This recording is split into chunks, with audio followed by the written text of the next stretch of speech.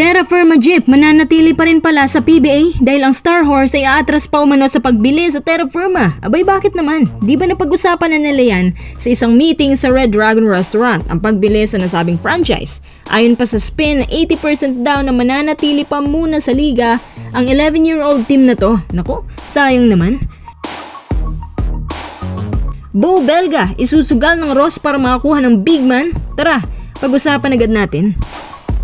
Bago makapagbili ng isang PBA franchise, alam nyo ba mga quiz na meron pala silang tinatawag na qualifications para maging ika ngay legit buyer ka sa kanila?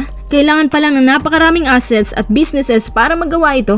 Ang ibig kong sabihin, dapat potential buyer ka at may capacity ka raw sa mga day-to-day basis na ginagastos sa loob ng PBA patungo sa iyong teams at staff.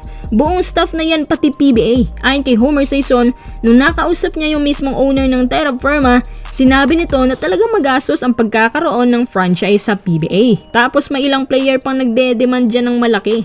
Kaya ang Jeep, mag-e-end up talaga sa pagbebenta ng kanilang mga players sa pamamagitan ng trade with cash. Kaya kung napapansin nyo, walang first pick dyan ang nananatili ng 2 taon dahil binibigay nila ito sa ibang teams na may capacity bayaran ng talent fee noong player.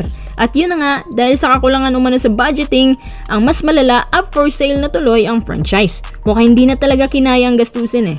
Nagkaroon ng pagpupulong ang Terra Firma owner at ang buyer na si Jackson Chua para sa mga bagay na to. Pero hindi ako sigurado kung maayos bang naipapaliwanag yung tungkol sa mga expenses ng team at ang mga dapat nilang babayarin sa PBA. Hindi porket marami ka ng business at sinasabing potential buyer ka, kaya mong bilhin ng franchise, hanggang dyan na lang. Dahil ang totoo, may mas malala pang gastusin pagkatapos nito.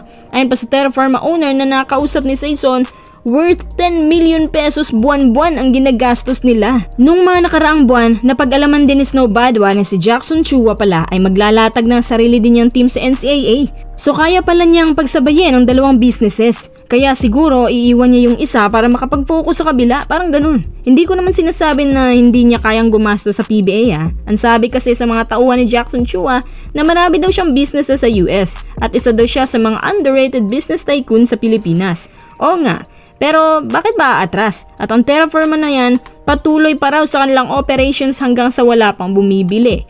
Kaya pa naman daw nila. Kasi wala na rin yung ilang players na malaki ang pinapasahod. Buti nga ito si Pringle, hindi maarte sa kanila. Sa katunayan, pwedeng-pwede pa ngayon sa overseas kahit aging na kasi mataas pa rin ang efficiency rate sa shooting at kaya pang umambag ng big numbers gaya ng dati.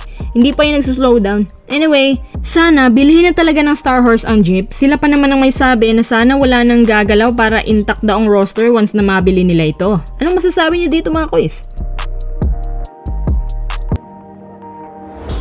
Bo Belga, isusugal umano ng Ross para lang makakuha ng mas legit na big man na this time hindi yung undersize. Si Kit Dato matangkad, may shooting din kahit di masyadong consistent pero pwede na. Ang problema sa kanya, weak ang depensa niya, hindi siya ganong masipag. Pero baka ganyan lang ang paraan niya para hindi masyadong bugbog at injury prone. In fairness kay Belga, kahit undersize yan pero palaban, may shooting kumpara kay Dato. Matatag ang tres niya kahit siya lang hindi tumatalon. Hindi yan nahawakan ng Ross sa loob ng mahabang panahon para lang sa wala. Since nung napuntang Ross ito, hindi na siya kailanman pinakawalan. Mas una pa nga nilang iniwan si Kinyahan kahit shooter din yun. Meaning, mas effective talaga si Bo. Sa isang banda, habang tumataas ang level ng kompetisyon, mas nagiging in demand din ng mga much taller na big man tapos shooter. Ang naisa na ng Ross, kahit hindi shooter masyado, basta masipag lang sa ilalim, tapos magaling pumoste, may good standing sa defense, mas magiging high pa yan kapag athletic. Si Bo, mahirap hanapan niya ng matangkad na kapalit kasi nga undersized. Siguro, kailangan pa niya ng isang kasama sa trade, pero alam nyo, sayang pa rin si Bo. Anong malay natin? Baka makatsamba ang Ross ng legit big man sa draft tapos hahasain lang nila, 'di ba? Magaling naman sila diyan. Tapos kung papasamahan pa yun ng isang guard, mas lalong sayang. Anyway, payag ka ba na isugal ng Ross si Bo kapalit ang isang legit na big man?